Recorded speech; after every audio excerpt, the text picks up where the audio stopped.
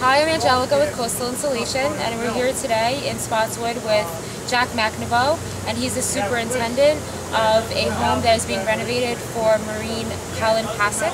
And Jack's going to talk today a little bit about the project here. What we have here is a young Marine, 21 years old, lost both of his legs in Afghanistan about a year ago, so it would have been August of 10. We are now in the process, or within 5 weeks of wrapping up this project. The project consisted of adding an apartment, which is an accessible bedroom, bathroom, laundry room, in addition to the existing kitchen. The house when we started was about 900 square feet, 625 being added on, so it puts us about 1,500 when it's done. State of the art, as you know, Coastal doing the insulation, foam insulation on the roof deck, on the walls, in the crawl space.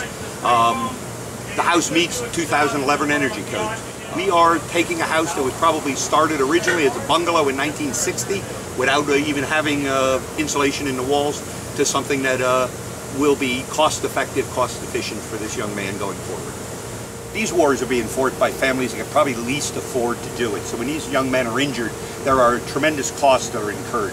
This project was started by VFW 262. Mike Bennett was probably the guy that was most instrumental in the starting of it.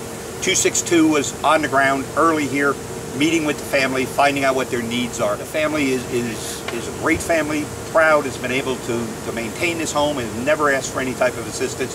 These are all private dollars. These are good, hardworking people that have read about this story, have stepped up, and have sent a check. Some of the big organizations have stepped up.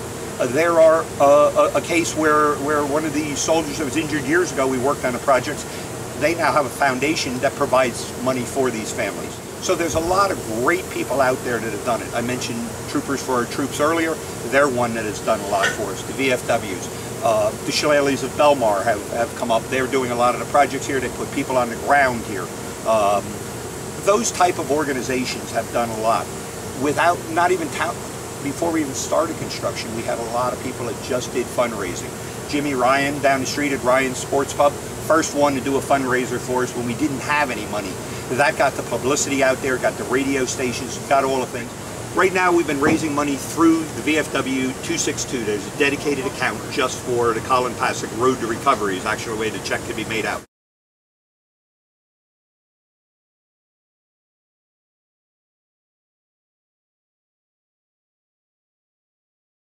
You can have it as we dedicate it strictly to a building fund. Money was raised originally for Colin, which helps offset the cost of gas, like I said, going back and forth, the wear and tear in the car, everything that he has, other expenses that he wouldn't otherwise incur. If somebody wanted to dedicate the money, whether it's building or whether it's for that opportunity, they could do it, or just goes into a general fund. For the house, 283 DeVoe Avenue, we're looking for people. You see today we're doing a lot of outside, just raking, getting things ready, so it doesn't have to be skilled carpenters all the time. Sometimes just somebody that wants to work. We have a couple of young men that have been here coming around, 17, 18 years old, going off to college in the next month.